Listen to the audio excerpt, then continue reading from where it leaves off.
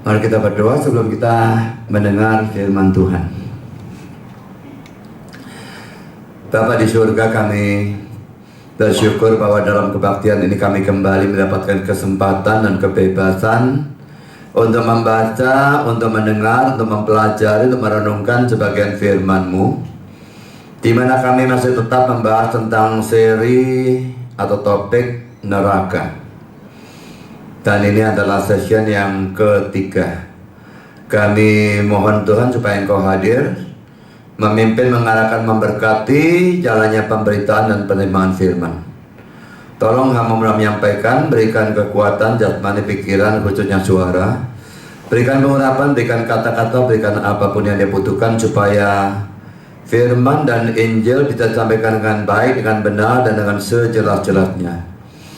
Dan kami bungkus dengan kuasa dan pekerjaan Roh-Mu, karena kami sadar tanpa itu semua akan sia-sia. Dan Tuhan, tolong kami semua yang mendengar, berikan kami hati yang terbuka, kesegaran, konsentrasi, dan terang, supaya pada waktu kami mendengar, kami bisa mendengar dengan sungguh-sungguh, kami bisa mengerti. Dan telah kami mengerti, Tuhan, berikan kami ketundukan. Kalau ada orang-orang yang belum percaya, supaya mereka bisa percaya dan tidak masuk ke dalam neraka yang akan dibicarakan ini. Bagi yang sudah percaya, tolong supaya bisa diteguhkan dan memberitakan berita ini kepada orang-orang lain, supaya lebih banyak lagi orang bisa percaya dan terhindar dari neraka yang begitu mengerikan. Kami sadar setan pasti bekerja. Kami mohon Kau kuatkan semua kami menghadapi godaan dan serangannya di dalam bentuk apapun.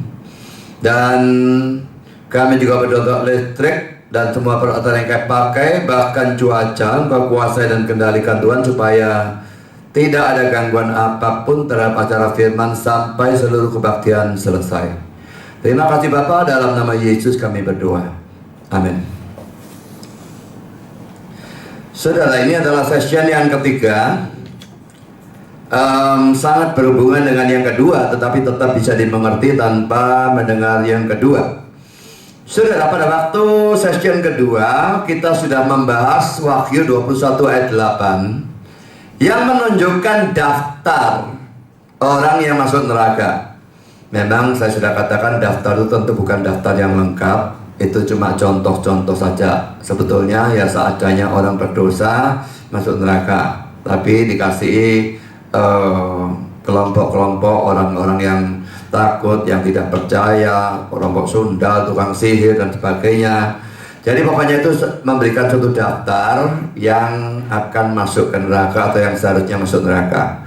Nah, hari ini saudara, kita akan membandingkan Wahyu 21 ayat 8 ini dengan beberapa ayat atau teks yang mirip dengannya, yaitu teks-teks yang memberikan daftar orang-orang yang tidak bisa masuk surga. Kalau dulu yang masuk neraka, ini yang tidak masuk surga. Lah kita percaya setelah kematiannya cuma ada surga dan neraka kan ya. Jadi yang tidak masuk surga ini yang masuk neraka. Jadi sebetulnya daftarnya ini tidak terlalu berbeda, tapi tetap penggunaan kata-katanya berbeda ya. Tapi secara arti sama. Nah saudara, tidak masuk surganya ini digambarkan dengan dua cara saudara, dalam 4 teks yang akan saya bahas hari ini ya. Yang pertama digambarkan dengan tidak bisa masuk Yerusalem yang baru. Itu di dalam Wahyu 21 ayat 27, itu nanti akan kita bahas pertama. Dan yang kedua, tidak bisa masuk surga digambarkan dengan tidak bisa masuk kerajaan Allah. Itu di dalam 3 teks, yaitu Efesus 5 ayat 5, Galatia 5 ayat 19 ayat 21, dan 1 Korintus 6. Saya salah nulis ini. Maksudnya ayat 9 dan 10. Ini bisa 19 20 ini gimana? Bentar.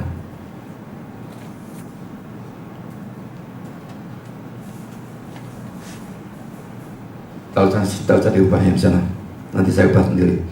1 Korintus 6, 9 dan 10, saudara ya.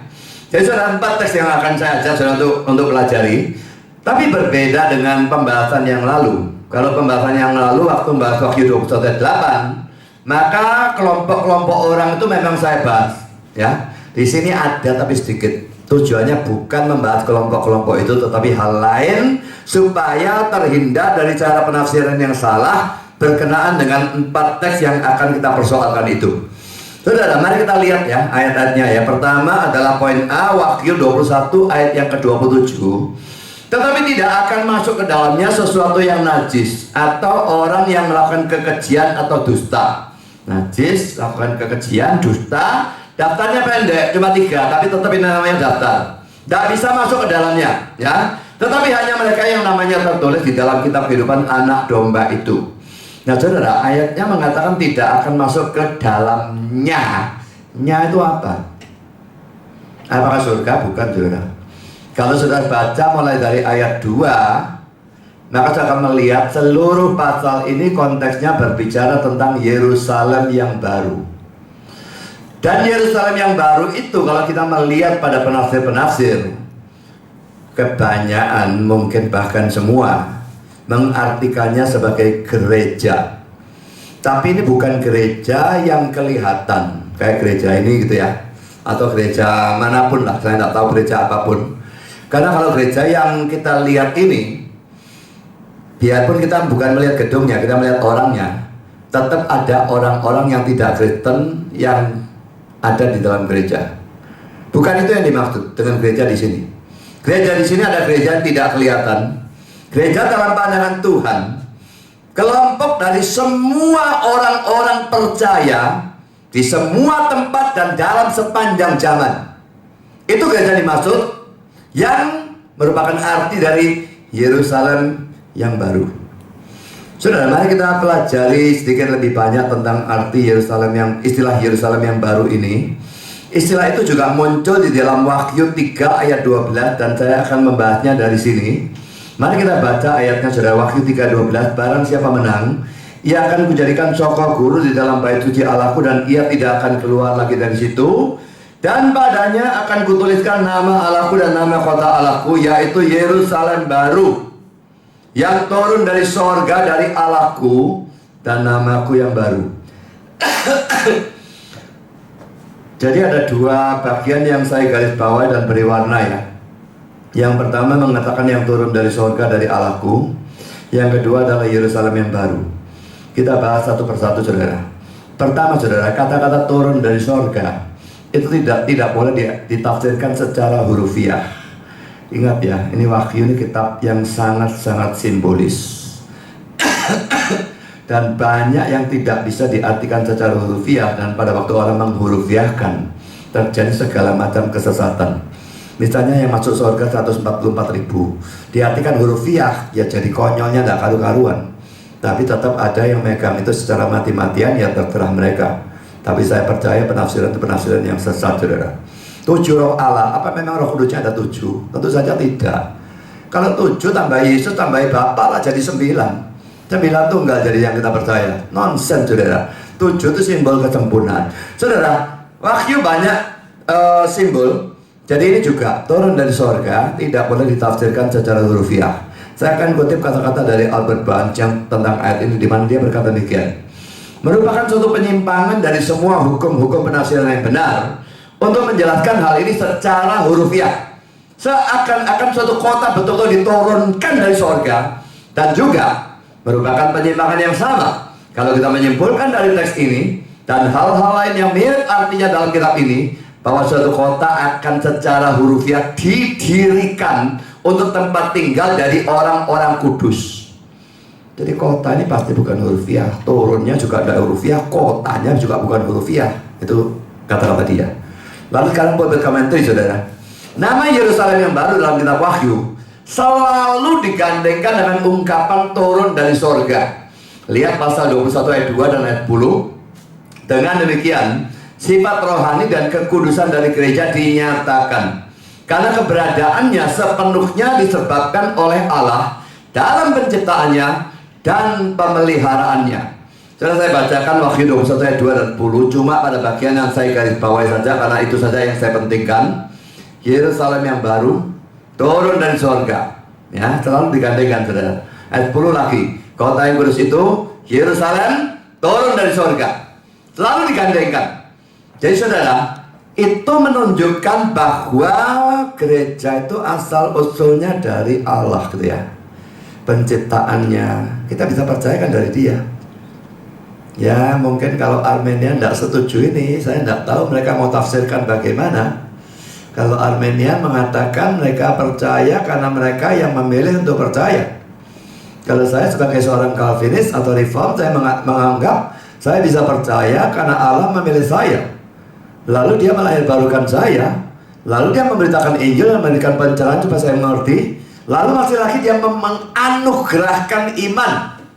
Ingat ya, dalam teologi Reform, lahir baru lahir dengan iman. Lahir baru mendahului iman. Harus lahir baru dulu. Kalau tidak ngerti saja tidak bakal. Baru ngerti, baru bisa ada rasa hormat terhadap Injil, imannya masih dianugerahkan. Jadi saudara, kalau itu semua pekerjaan Tuhan, penciptaan kita, kok bisa kita itu masuk dalam gereja, kok bisa kita itu jadi orang Kristen, itu jelas Tuhan yang melakukan. Asal usulnya dari sana. Pemeliharaannya kita bisa terus Kristen, Tuhan lagi. Dalam doa selalu saya ucapkan terima kasih kalau Tuhan karena kasih karunia-Nya mengingat penyesatan dan bahaya rohani begitu banyak. Kalau Tuhan tidak ikut campur memelihara kita pasti bisa menyimpang, sesat, murtad. Kalau sekarang bisa tetap ikut Kristus, itu jasa Dia, bukan jasa kita barang sedikit pun. Jadi selalu ingat ya, yang menciptakan kita menjadi orang Kristen itu Tuhan. Yang memelihara sampai kita mati tetap percaya Kristus itu juga Tuhan. Kita dari awalnya sampai akhirnya tergantung Dia sepenuhnya.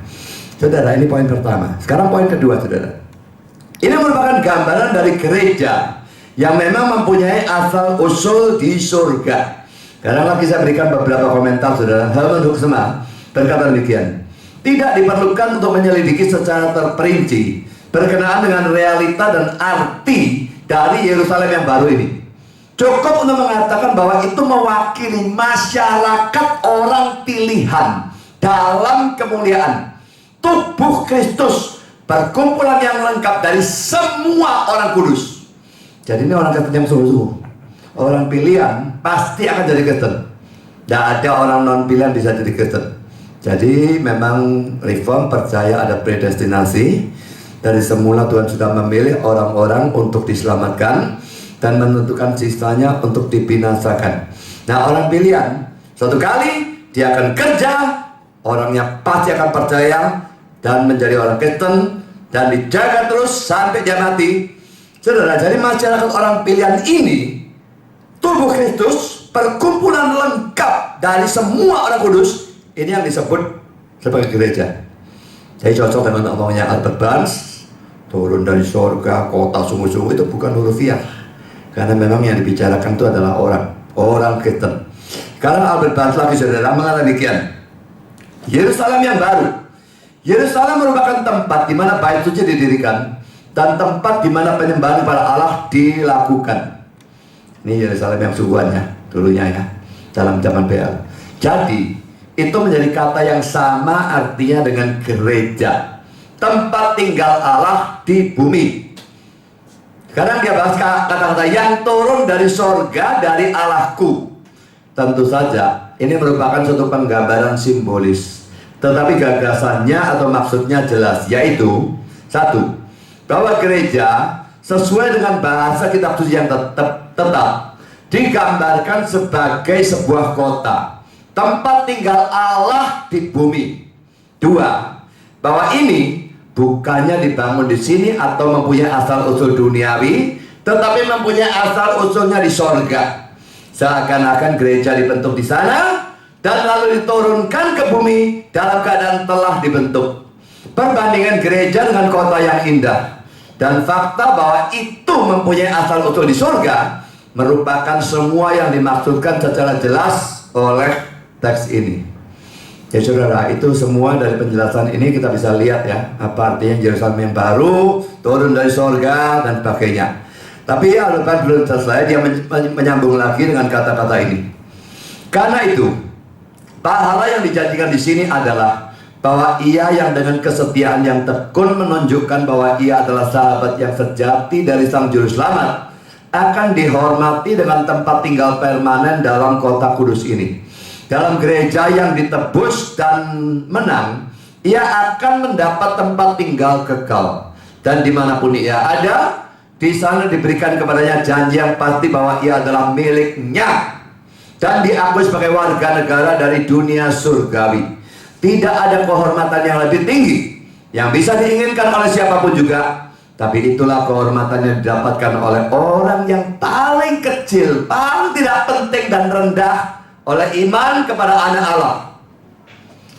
Saudara gereja, mungkin ada orang yang dianggap gede, ada orang yang dianggap paling kecil, mungkin anak sekolah minggu, mungkin orang yang miskin. Tapi saudara, pokoknya dia punya iman yang sejati kepada Yesus. Dia mendapatkan kehormatan yang tertinggi, lebih tinggi dari apapun yang sekarang kita bisa harapkan. Dalam dunia ini orang seringkali mengharapkan penghormatan dari orang. Apa sih gunanya penghormatan orang, saudara? Senang ya kalau saudara masuk dalam kumpulan orang banyak, semua pada manggut-manggut sama saudara, menyambut saudara habis-habisan. Orang yang miskin gak dianggap, orang yang kaya semua pada mantuk-mantuk. Senang seperti itu. Gunanya apa, saudara? Apakah lebih penting dapat hormat seperti itu di dunia saat ini, atau nanti dapat penghormatan tertinggi yang dibicarakan oleh Albert Barnes ini? Yang mana? Kalau saya tidak peduli dengan hormat dari manusia saat ini. Saya jauh lebih memikirkan hormat yang nanti akan diterima oleh setiap anak Tuhan yang sejati. Saudara, setelah kita melihat tentang Yerusalem yang baru ini, sekarang kita bisa menyimpulkan, saudara ya, kalau Yerusalem yang baru itu berarti gereja yang sungguh-sungguh di hadapan Allah, orang-orang Kristen yang sejati dalam sepanjang zaman di, maka tidak masuk Yerusalem yang baru jelas sekali tidak terlalu berbeda dengan tidak masuk surga ya.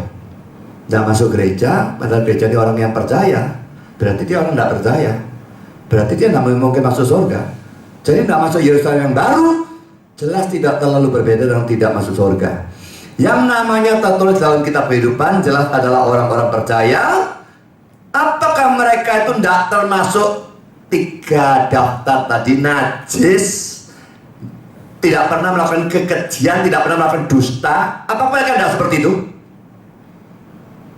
Jadi ini bagian akhir dari Wahyu 21-27 tadi ya, terdaftar di dalam kitab kehidupan. Mereka bisa masuk Yerusalem baru. Mereka tidak najis, mereka tidak pernah melakukan kekejian, tidak pernah dusta. Sudah pasti pernah, sering, tidak bisa tidak. Tapi saudara, mereka terdaftar di sana, berarti mereka orang percaya. Maka darah Kristus telah membasuh semua dosa mereka, dan mereka termasuk atau merupakan atau termasuk dalam Yerusalem yang baru. Jadi saudara, hati-hati dengan daftar itu, saudara ya, karena ayat itu digunakan oleh satu orang pendeta yang lebih baik tidak sebutkan namanya, tapi mungkin saudara tahu. Dia gunakan Wahyu 21-27 untuk mengatakan, untuk masuk surga orang harus suci murni. Konyol saudara, ini harus suci murni, gak ada yang masuk surga. Kosong surga nih. Apakah memang tidak pernah orang itu melakukan kekejian, tidak pernah dusta? Apakah orang yang melakukan sebelum dia percaya Kristus atau sesudah dia percaya Kristus? Itu pasti pernah dilakukan. Orang mana saudara yang setelah percaya tidak pernah dusta? Kecuali dia begitu percaya langsung mati. Orang mana tidak pernah melakukan kekejian setelah dia percaya? Kalau sebelum tidak usah diomong. Setelah saya bicarakan, ada tidak pernah? Tidak mungkin saudara. Orang mana tidak pernah najis setelah dia percaya? Lalu dia tidak bisa masuk surga? Ngomong kosong. Darah Kristus itu membasuh semua dosa kita tanpa kecuali. Saya pikir itu teologi dasar dalam Kristen, saudara ya. Tapi ajaib saudara, saya pernah ngajar bahwa darah Kristus membasuh semua dosa. Yesus mati untuk semua dosa, yang lalu, yang sekarang, yang akan datang, tanpa kecuali. Dan satu orang yang sudah berpuluh-puluh tahun ada di gereja lain, dia bilang, saya baru tahu waktu Pak Budi ngomong itu. Lalu gereja yang dulu ngajar apa saya nggak ngerti, saudara. Kalau Yesus mati untuk semua dosa, banyak orang lalu protes. Yang protes ini ya orang goblok, saudara. Karena kalau Yesus mati untuk sebagian dosa, katakanlah sebagian besar, katakanlah 99% dosa, akibatnya apa, saudara? Kita masuk mana? Dosa kita yang 1% itu lebih dari cukup menjamin kita kontrak di neraka selama-lamanya, saudara. Kita tidak pernah percaya perbuatan baik menutup dosa. 1% dosa kita tuh tidak ada yang nebus. Itu membuat kita masuk neraka selama-lamanya. Mungkin lebih dingin daripada 100% dosa. Tapi neraka yang paling dingin itu tetap neraka. Dan saya jamin gak enak. Jadi orang yang percaya Yesus mati untuk sebagian dosa, bagaimana dia percaya dia bisa selamat, saudara? Orang ditanya, Yesus mati untuk dosamu yang mana? Oh yang lalu lah. Lo yang akan datang enggak? Lo yang akan datang belum terjadi kok. Gimana dia mati yang belum terjadi? Lucu analisanya. Waktu Yesus mati itu 2000 tahun yang lalu, saudara. Dosa dia yang lalu pun belum terjadi. Nah kalau Yesus ya bisa mati untuk dosa yang belum terjadi 2000 tahun yang lalu, kenapa tidak bisa mati untuk dosa yang sama-sama belum terjadinya, saudara? Dosa saya yang lalu, saya lahir tahun 1954. Mulai tahun 54 sampai tahun 2017, Yesus tebus. Itu belum terjadi waktu Yesus mati. Dosa saya mulai tahun 2017 sampai saya mati, tidak tahu tahun berapa. Ini belum terjadi, Yesus tidak bisa mati. Loh ini belum terjadi, ini juga belum terjadi. Yesus bisa mati untuk yang ini, kenapa tidak bisa mati untuk yang itu? Lucu. Saudara, satu saja dosa kita Yesus tidak tebus, kita tidak bisa masuk surga. Dan satu saja dosa kita tidak dibayar oleh dia. Dia tidak bangkit dari antara orang mati, saudara. Karena upah dosa itu maut. Dia tidak akan lepas dari maut itu sebelum dia bereskan semua dosa dari orang-orang pilihan yang memang dia pikul. Jadi saudara, jelas bahwa orang-orang ini pernah melakukan kekejian, dusta, najis, setelah mereka percaya. Tapi tetap itu dibayar oleh darah Kristus. Dan itu dibasuh oleh darah Kristus, dan mereka tetap merupakan atau termasuk dalam Yerusalem yang baru.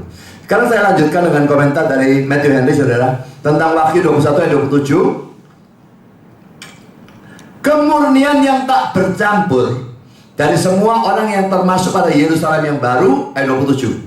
1. Di sana orang-orang kudus akan tidak mempunyai apapun yang tidak murni, tetap tinggal dalam diri mereka. Tetap tinggal di dalam mereka. Dalam kematian mereka akan dibersihkan dari segala sesuatu dari sifat dasar atau hakikat yang menajiskan. Karena bacanya pergak-pergok, saya ulang aja kalimat ini ya. 1. Di sana orang-orang kudus akan tidak mempunyai apapun yang tidak murni, tetap tinggal di dalam mereka. Dalam kematian mereka akan dibersihkan dari segala sesuatu dari sifat dasar atau hakikat yang menajiskan. Najis itu basuh semua. Kita tetap akan dosa terus sampai kita mati. Begitu mati, atau pada saat mati atau sesaat setelah mati, kita disempurnakan, disucikan sama sekali. Saya lanjutkan dengan yang warna biru. Sekarang ini dalam hidup ini ya, mereka merasakan suatu campuran yang menyedihkan dari kejahatan dengan kasih karunia mereka, yang menghalangi mereka dalam pelayanan kepada Allah, mengganggu persekutuan mereka dengan Dia, dan menghentikan atau mengganggu terang dari wajahnya. Sekarang dalam dunia ini sudah merasakan ini apa enggak?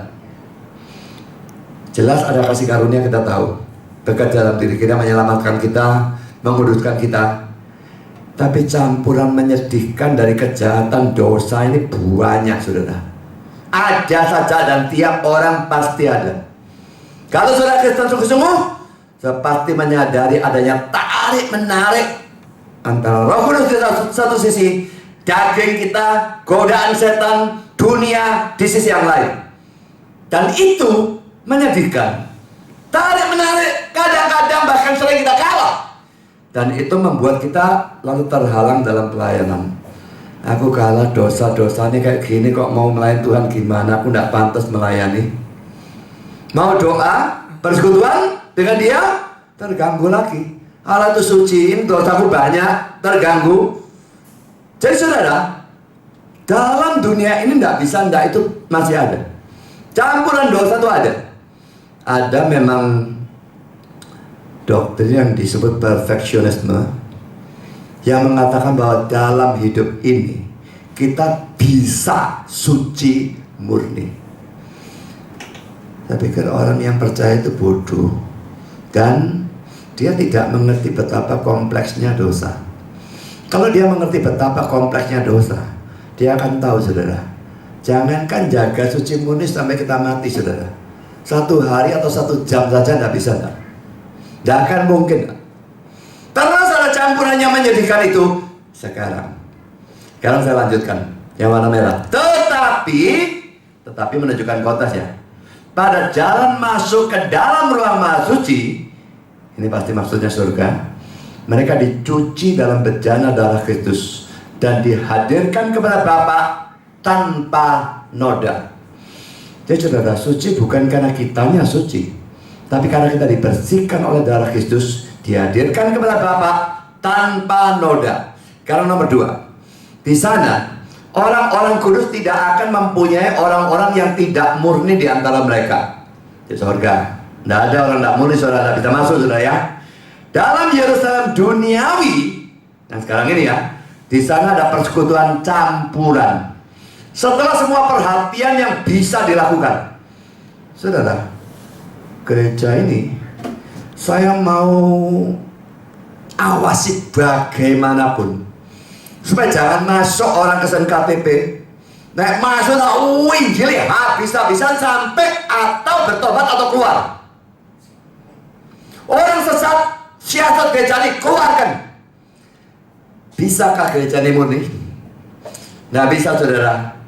Jadi tidak peduli semua perhatian yang sudah dilakukan itu dilakukan semua, tetap Yerusalem dunia ini ada persekutuan campuran. Ada Kristen sejati, ada Kristen KTP. Kalau dalam kelompoknya Yesus saja ada 1 Kristen KTP, bagaimana dalam kelompok saya bisa ada Kristen semua? Itu tidak masuk akal sama sekali, saudara. Saya lanjutkan warna hitam. Beberapa akar kepahitan akan muncul atau berkembang untuk mengganggu dan menajiskan masyarakat Kristen. Tetapi dalam Yerusalem yang baru di sana ada suatu masyarakat yang murni secara sempurna. Itu betul-betul Kristen tok, tidak ada KTP-nya belas. Dalam gereja di dunia selalu ada Kristen KTP, dan karena itu kita selalu harus nginjil dalam gereja juga, karena Kristen KTP ini perlu diinjili. Saya lanjutkan komentar ini ya. Pertama, bebas dari hal-hal yang kotor secara terbuka atau terang-terangan. Di sana tidak ada yang diizinkan masuk ke dalam surga orang-orang yang melakukan hal-hal yang menjijikkan. Dalam gereja-gereja di bumi, kadang-kadang hal yang menjijikkan dilakukan, tetapi tidak ada hal-hal menjijikkan seperti itu bisa mendapat tempat di surga. Kedua, bebas dari orang-orang munafik, seperti orang-orang yang berdusta, mengatakan bahwa mereka adalah orang-orang Yahudi dan sebetulnya bukan, tetapi berdusta. Orang-orang ini akan menyusup ke dalam gereja-gereja Kristus di bumi dan bisa tersembunyi di sana untuk waktu yang lama, mungkin seumur hidup mereka. Tapi mereka tidak bisa menyusup ke dalam Yerusalem yang baru, yang sepenuhnya disiapkan untuk mereka yang dipanggil dan dipilih dan beriman atau setia, yang semuanya tertulis bukan hanya dalam catatan dalam gereja yang kelihatan, tetapi dalam kitab kehidupan anak domba. Ya saudara, orang-orang selalu bisa menyusup di dalam gereja. Gereja sebagus apapun, seinjili apapun, sealkitabiah apapun, tetap bisa kemasukan, kesusupan, serigala berbulu domba dan sebagainya, tersembunyi di waktu yang lama, bahkan bisa seumur hidup mereka. Tapi kalau Yerusalem yang baru, tidak bisa. Tuhan yang menjaga, Dia maha tahu. Kita tidak maha tahu, pasti kebobolan. Dia maha tahu, tidak bisa kebobolan. Jadi yang ada di sana hanya orang yang bukan namanya cuma tercatat dalam daftar gereja yang kelihatan, tetapi tercatat dalam kitab kehidupan. Saudara, banyak orang bangga namanya tercatat dalam daftar gereja, Apalagi dalam daftar pelayan-pelayan. Saya sering masuk gereja-gereja yang besar, dan seringkali ada papan-papan tulis besar menunjukkan struktur organisasinya gitu ya. Si A jadi ketua, si B jadi penulis, si C jadi apa. Wah, ini organisasi ini, majelisnya, ini pemudanya, ini apa macam-macam banyak-banyaknya. Dan nanti akan terlihat kalau saudara mau meneliti ya, adanya orang yang masuk di mana-mana. Dia majelis masuk, dia pengurus sekolah minggu masuk, dia pengurus wanita masuk, dia pengurus ini masuk mana-mana. Tapi coba dicari orangnya, bisa-bisa orangnya tidak pernah muncul. Saya tidak bilang semua demikian ya, tapi saya tahu ada banyak kasus seperti itu. Orang itu termasuk di mana-mana, tapi orangnya pergi ke gereja pun tidak. Senang terdaftar dalam daftar gereja, dalam organisasi, pelayan. Tapi apakah dia terdaftar dalam kitab kehidupan? Nah, mungkin.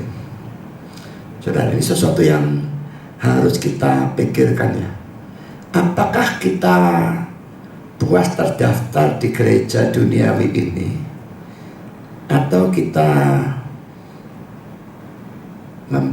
memikirkan dan menekankan terdaftar dalam kitab kehidupan? Saya di gereja ini tidak terlalu pusing dengan orang anggota gereja mana. Saya gak ngurusi, saudara.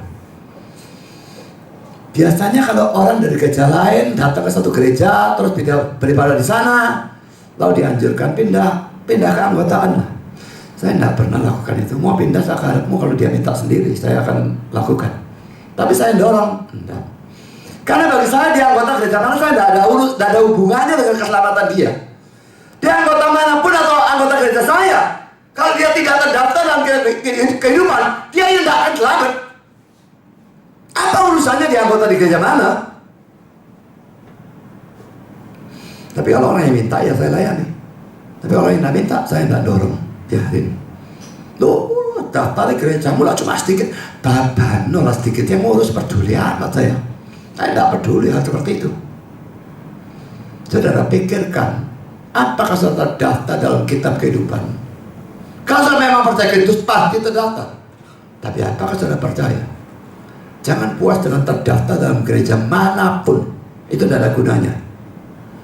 Sekarang saya lanjutkan kutipan dari The Bible Illustrator yang mengatakan demikian. Surga. 1. Ke dalam surga tidak akan masuk apapun yang najis. Setiap orang dan segala sesuatu yang dikotori dengan ketidakmurnian apapun akan dikeluarkan sama sekali. Bukan semata-mata bahwa akhirnya surga akan dibersihkan dari cacat-cacat seperti itu, tapi yang seperti itu tidak akan masuk ke sana. Jadi bukannya pertama boleh masuk, lalu dibersihkan sampai bersih, bukan begitu ya. Yang najis itu sama sekali tidak bisa masuk. Yang murni saja yang masuk. Ya, saya lanjutkan. Kebenaran yang mutlak dan kemurnian yang sempurna tanpa campuran apapun sama sekali. Ini adalah yang Allah tuntut dalam semua orang yang menyeberang ambang pintu dari rumahnya di atas. Siapapun masuk surga dituntut kemurnian yang mutlak, yang sempurna. Nah, ini kan kalau berhenti sampai di sini kutipannya. Jadi keselamatan karena kesucian yang mutlak, bukan cuma karena perbuatan, tapi suci murni baru selamat. Ya gak ada sih masuk surga. Puji Tuhan kutipannya tidak berhenti di sini. Sekarang ada nomor 2-nya, saudara. Nomor 2, ini benar. Jadi yang tadi itu benar. Tetapi syukur kepada Allah, ini bukan seluruh kebenaran. Karena perhatikan, anak domba itu telah disembelih untuk membersihkan orang-orang yang najis. Di sana tidak akan pernah didapati di surga seekor anak domba yang telah disembelih, kecuali merupakan maksud atau tujuan Allah bahwa beberapa atau sebagian makhluk-makhluk malang yang najis harus dibuang ke najisannya dan didapat di sana juga. Saudara, kalau Allah memang nuntut orang yang suci murni, hanya suci murni masuk surga. Yesus disalibkan buat apa, saudara? Gak usah disalib dia. anak domba disembelih ini kan gambarannya Yesus salib. Tidak perlu, saudara. Fakta bahwa anak domba disembelih, fakta bahwa Yesus salib, tujuannya membersihkan orang-orang najis. Berarti orang-orang najis itu dibersihkan, lalu akan dijumpai di sana. Seorang saya najis? Ya. Tuh saya pendeta. Oh najis, yang bilang tidak najis siapa? Rasul najis kok lagi pendeta? Tidak ada orang tidak najis. Bisakah kita jumpai di sana? Kalau kita percaya Kristus tentu iya. Pasti iya. Saudara, hati-hati makanya dengan orang yang menggunakan ayat ini untuk mengajarkan suci murni baru masuk surga. Kalau itu benar, ya gak ada orang masuk surga. Repotnya pendeta yang mengajarkan itu dia mengklaim dirinya suci murni. Tapi ya berarti dia tok masuk surga. Atau jemaatnya semua dia klaim suci murni. Ini tidak jemaatnya dia tidak bisa masuk surga. Saya kok jamin dia tidak masuk surga kecuali dia bertobat. Kalau sudah kita masuk dalam teks yang kedua yang kita bahas ya. Kan 4 teks ya. Teks pertama sudah, sekarang teks kedua. Poin B ini ya. Efesus 5 ayat 5. Karena ingatlah ini baik-baik. Sekarang daftar lagi ya. Tidak ada orang Sunda, 1. Orang Ceman, 2. Atau orang serakah, artinya penyembah berhala. Pendek lagi-lagi saudara. Cuma 3 daftarnya. Nanti kita dapat daftar yang panjang, tapi yang di sini daftarnya pendek. Sundal, orang Cemar, orang serakah, dan orang serakah diartikan penyembah berhala yang mendapat bagian dalam kerajaan Kristus dan Allah.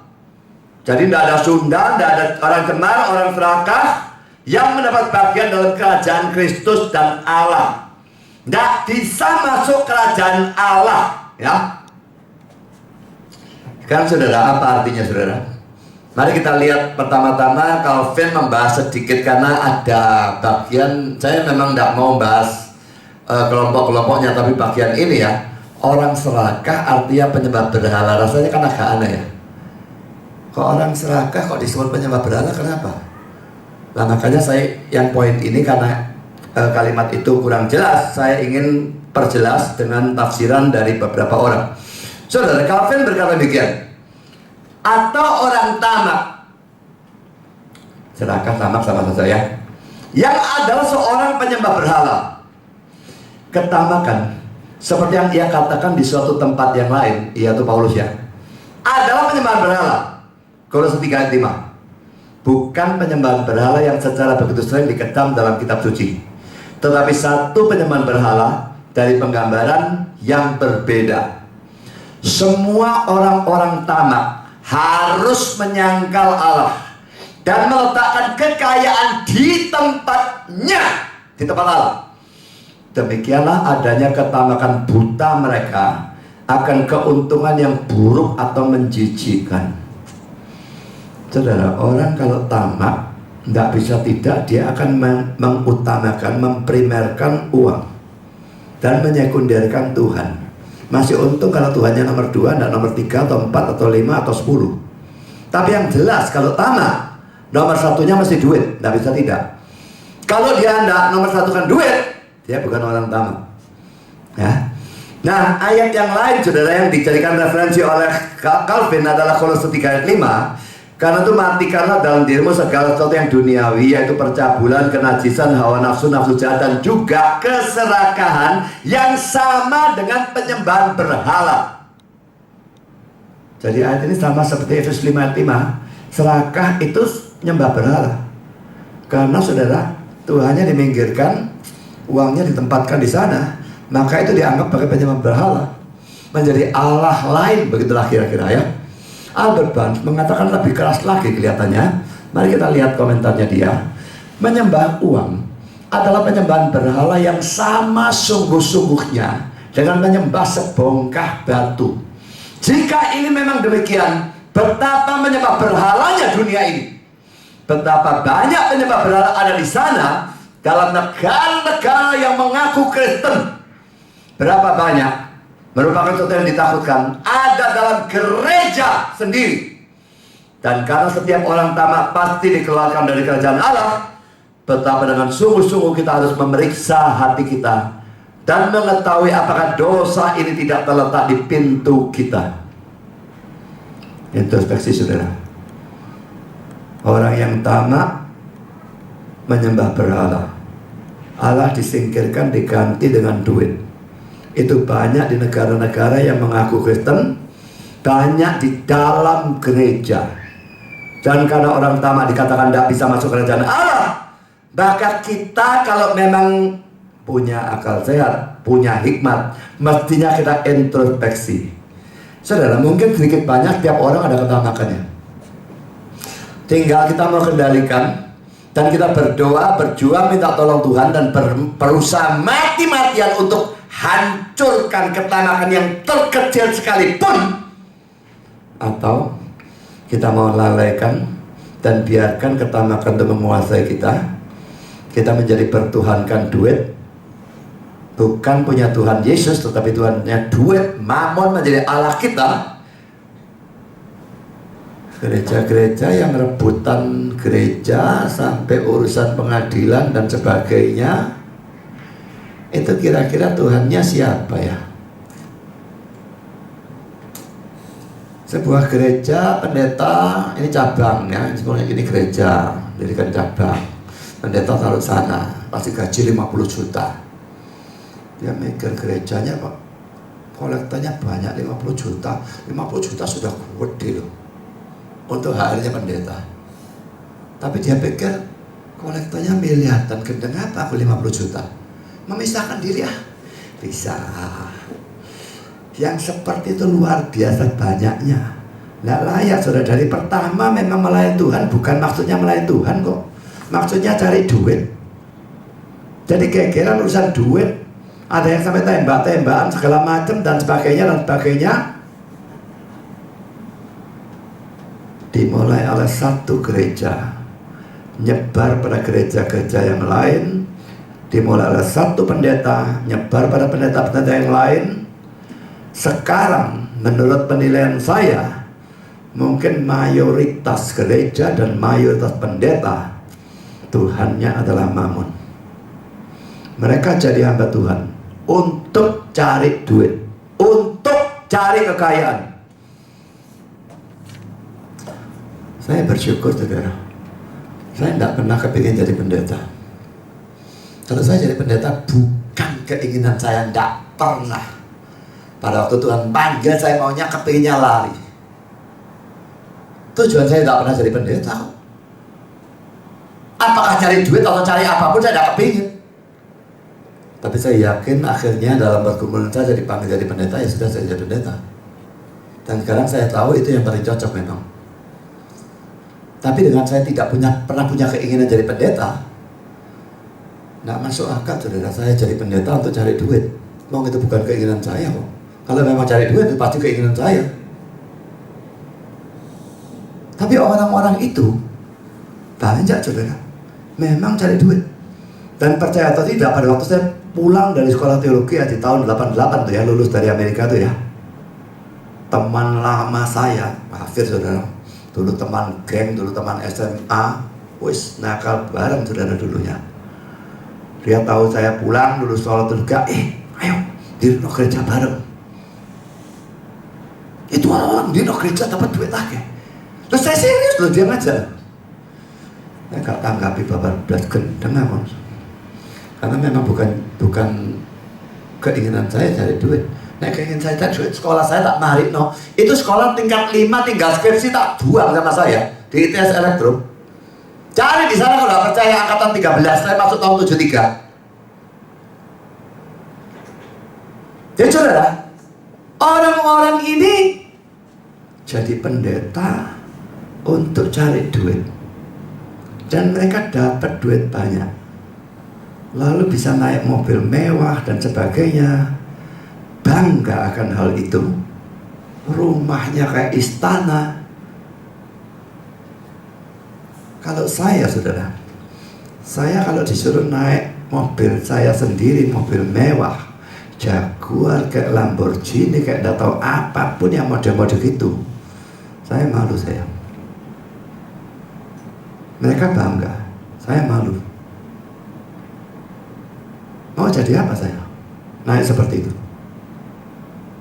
Bagi saya mobil tuh mau luarnya penyok-penyok, pokoknya AC-nya dingin, mesinnya jangan mogokan, titik. Yang lain saya tak pusing. Saya bisa beli kalau saya mau yang lebih bagus, tapi lebih bagus mengeluarkan duit lebih banyak juga buat apa sih? Saya tidak butuh seperti begitu. Saya bukan orang yang mewah, pakaian biasa. Rumah saya lihatnya mewah apa enggak, kayak hutan. Orang yang datang ke rumah saya tak pikir ganok sih goni, tidak ada orang yang tak pikir. Modelnya luarnya kayak hutan. Sekarang saja agak bagus karena baru jalanan ditinggikan, rumah saya kok ditinggikan masih lumayan sekarang. Tunggu sebentar lagi, hutannya pasti balik, saudara, tidak bisa enggak. Saya kempros kok. Pakaian, perhiasan, kalau jilid dikasih orang. Kalau yang lama itu tetap saya pakai, tidak tahu berapa tahun. Kacamata ini tidak tahu berapa puluh tahun ya. Dan teman saya toko kacamata, saudara. Pokoknya saya gak apa-apa, gak tak ganti kak. Bahan aja kan, bahan apa saya gak ngurus. Pokoknya saya bisa lihat toh. Karena ganti barusan, ini yang putus, saudara. Tak apa kita toko kacamata, diganti lagi. Ya tak pakai lagi, biarin. Apa yang saya ganti? Ganti ini tidak murah, saudara. Lain saja total 50.000. Tambahin frame baru, total 2 juta. Gak usah.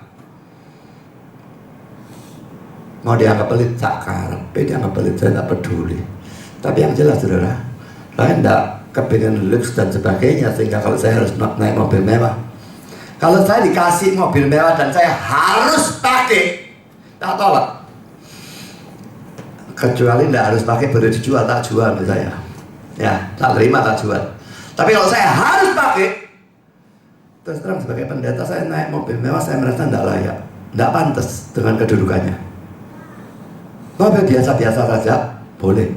Mobil betul-betul mewah yang harganya MM-an, saya tolak, saudara. Saya tidak mau. Sekarang, saudara, mari kita lihat kata-kata Calvin ya.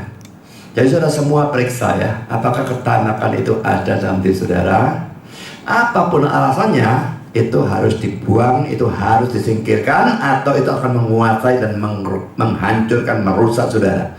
Karena Calvin, saudara, sebagian atau beberapa orang menganggapnya keras atau tidak konsisten dengan kebaikan ilahi, bahwa semua orang yang telah membawa kepada dirinya sendiri kesalahan dari percabulan atau ketanakan dikeluarkan dari pewarisan kerajaan surga. Tetapi jawabannya mudah. Paulus tidak berkata bahwa mereka yang telah jatuh ke dalam dosa-dosa itu dan dipulihkan darinya tidak diampuni, tetapi mengumumkan hukuman pada dosa-dosa itu sendiri. Paulus kecam dosa-dosa itu, dia tidak maksudkan orang jatuh lalu bertobat, dipulihkan lalu tetap tidak diampuni, tetap masuk neraka, tidak. Saya lanjutkan, setelah berbicara kepada orang-orang Korintus dengan kata-kata yang sama, ia menambahkan, dan beberapa orang di antara kamu demikianlah dahulu, tapi kamu telah memberi dirimu disucikan, kamu telah dikuduskan, kamu telah dibenarkan dalam nama Tuhan Yesus Kristus dan dalam roh Allah kita. 1 Korintus 6 ayat 11. Nanti kita akan bahas teks ini ya. Pada waktu orang-orang telah bertobat dan dengan demikian memberi bukti bahwa mereka diperdamaikan dengan Allah, mereka tidak lagi merupakan orang-orang yang sama seperti mereka dahulu. Tapi hendaklah semua orang-orang cabul atau orang-orang najis atau orang-orang tamak, selama mereka terus seperti itu, diyakinkan bahwa mereka tidak mempunyai persahabatan dengan Allah dan dicabut atau dihilangkan dari semua pengharapan keselamatan. Itu disebut kerajaan Kristus dan Allah karena Allah telah memberikannya kepada anaknya supaya kita bisa mendapatkannya melalui dia. Sebetulnya kalau saya katakan kata-kata Calvin bagian akhir itu agak terlalu keras ya. Saya tidak terlalu setuju pada waktu dia mengatakan hendaklah semua orang-orang cabul atau orang najis atau orang tamak selama mereka terus seperti itu diyakinkan bahwa mereka tidak punya persahabatan dengan Allah dan dicabut, dihilangkan dari semua pengharapan keselamatan. Kata terus itu saya kira kuncinya ya. Kata-kata ini bisa saya terima kalau terus itu diartikan orang-orang itu memang sama sekali tidak ada pertobatan. Betul-betul cinta pada dosanya, betul-betul tidak gubris, cuek sama sekali terhadap dosanya, maka baru berlaku kata-kata Calvin ini. Saudara, orang itu sangat bisa punya kelemahan. Dan bukan sangat bisa, semua orang punya kelemahan. Dia bisa maju dalam hal-hal yang lain, tapi dalam kelemahannya dia tidak maju-maju. Kalau saya terus terang saja, salah satunya ngamuannya. Kalau saya belutrik, wah, ini buruknya luar biasa, bisa lebih buruk dari kafir. Dalam banyak hal saya maju, tapi dalam hal ngamuk ini gak maju-maju. Kalau enggak, kadang-kadang pikir saya ini mundur. Dan kadang-kadang saya mikir, percuma tak usahakan ya gak bisa Kak Burung ini. Tapi apakah saya senang dengan dosa itu? Enggak.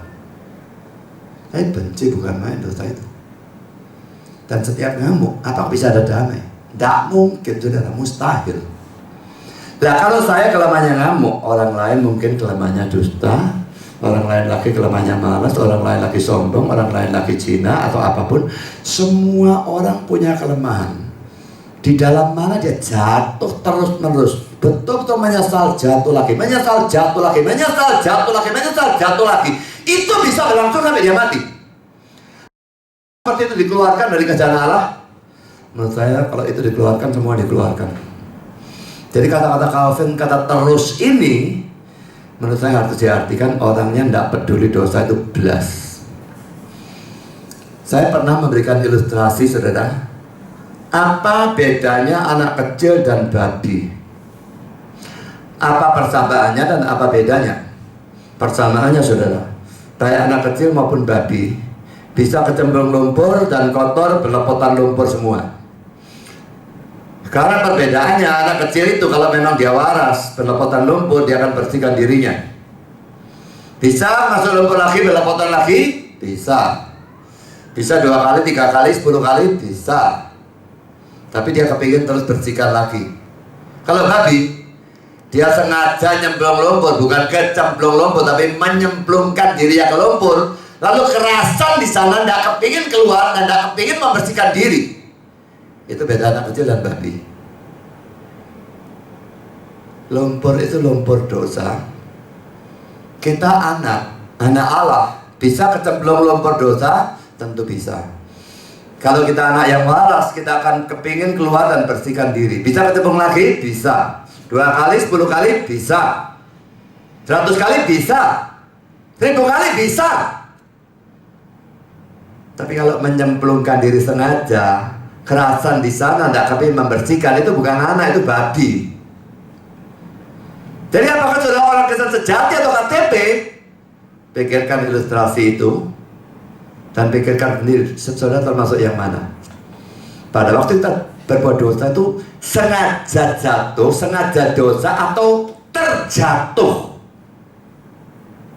secara tidak sengaja, itu beda. Lalu sikap di dalam dosa itu bagaimana? Kepingin keluar, tidak senang dengan dosa itu, kepingin bersihkan diri, atau kerasan dan cuek, itu yang mana? Saya kira di sini kita harus mengartikan kata terus yang Calvin gunakan ini. Nah, kalau selama diartikan seperti itu, maka saya setuju. Tapi kalau harus betul-betul bisa bertobat dari semua dosa, akhirnya menjadi kesucian yang mutlak, itu tidak masuk akal lagi bagi saya. Saudara, semua kita pasti jatuh bangun. Tidak bisa tidak. Bahayanya kalau saudara punya pendeta yang sok suci dan munafik dan mengatakan dirinya, wah berhasil dalam ini, berhasil maju ini dosa ini, buang dosa ini, maju semua, tidak pernah kegagalannya diceritakan. Saya akan membandingkan dengan di saudara, merasakan kok hebat dia, aku ini gitu, bukan Kristen ya. Tidak kurang sering saya mendengar, saudara, bukan sekali 2 kali, pendeta atau chairman yang berkata, dulu saya mata keranjang lihat cewek jelalatan, setelah saya percaya Kristus, saya hanya cinta istri saya. Saya percaya omong kosong itu. Saya percaya saudara goblok. Terus terang saja.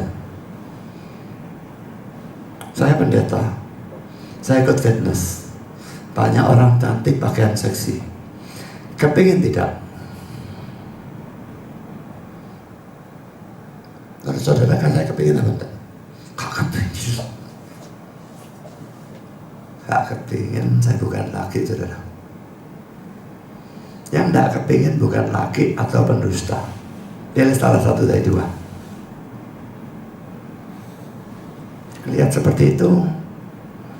Lihat cewek yang cantik, cewek yang seksi, pakaiannya seksi lagi. Laki yang tidak kepingin itu bukan laki, tapi kepingin menguasai diri atau enggak. Ini sekarang pertanyaannya. Kepingin, tapi tetap menguasai diri, nah sudah bagus itu. Kepingin dosa, dosa sudah. Tapi selama dia menguasai diri masih lumayan. Yang dibablaskan ya dosanya tambah berat. Tapi tetap bisa terjadi, daun saja terjadi kok. Dia kepingin berjibat, dia bablaskan. Tetap bisa terjadi. Tapi dia bukan seperti babi. Dia sadar, dia bertobat, dia minta ampun, dia tidak senang dosanya, berarti dia anak. Dan tetap diampuni. Jadi saudara pikirkan ya, diri saudara dengan dosa itu termasuk yang mana? Yang anak atau yang babi? Kalau yang babi, saya tidak masuk kerajaan Allah. Kalau yang anak, sebesar apapun dosanya, saya jatuh, saya tidak senang, saya tetap anak dan sudah masuk kerajaan Allah. Saya jamin itu. Sekarang kita masuk poin C, saudara, teks yang ketiga. Galatia 5, 19 sampai 21. Wah, di sini daftarnya panjang, saudara ya. Saya baca ya.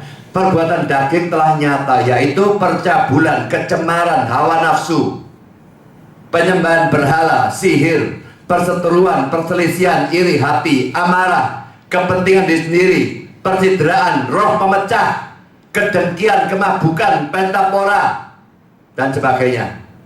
15 kalau menurut hitungan saya ditambahin dan sebagainya. Terhadap semuanya itu kuperingatkan kamu seperti yang telah kubuat dahulu, bahwa barang siapa melakukan hal-hal yang demikian, ia tidak akan mendapat bagian dalam kerajaan Allah. Makanya satu daftar orang yang tidak bisa dapat bagian dalam kerajaan Allah. Lah, kitab suci kita 15 ya. Dalam King James ada 2 tambahan kata yang tidak ada dalam terjemahan kita. Di sini saya berikan terjemahan King James, saya tidak bacakan, saudara. Saya hanya soroti 2 kata yang saya warnai biru dan cetak huruf besar. Adultery dalam ayat 19, murders dalam ayat 21. Adultery, perzinahan. Murders, pembunuhan dalam bentuk jamak, ya. Jadi dalam daftar perbuatan daging ini ada 15 kalau menurut LAI, 17 kalau menurut King James. Kitab suci Inggris yang lain sama dengan LAI cuma 15. Tidak ada 2 tambahan seperti yang King James berikan. King James bagaimana bisa berikan 2 tambahan? Dia mengambil dari manuskrip yang berbeda. Jadi di sini ada perbedaan manuskrip, ya. Saya tidak terlalu pedulikan dengan hal ini, tapi saya ingin lihat tunjukkan, saudara, daftarnya 15 atau 17, saudara. Siapa yang bisa lolos dari daftar ini? Masih tambah lagi dan sebagainya. Jelas ini bukan daftar lengkap. Siapa bisa lolos dari daftar ini? Dan dalam ayat 21b dikatakan bahwa barang siapa melakukan 15 ini satu saja, tidak akan mendapat bagian dalam kerajaan Allah. Laki-laki, saudara, ayat ini ayat bahaya. Kalau diartikan apa adanya ayat ini, jadi keselamatan harus terjadi karena kesucian mutlak sempurna, dan itu jelas bukan ajaran Kristen. Makanya saya bahas teks-teks ini, saudara, supaya jangan sampai saudara menafsirkan dan karu-karuan. Saya kira dalam hal ini, dalam penafsiran bagian ini, Bible Knowledge Commentary memberikan kata-kata yang sangat bagus yang akan saya bacakan di sini.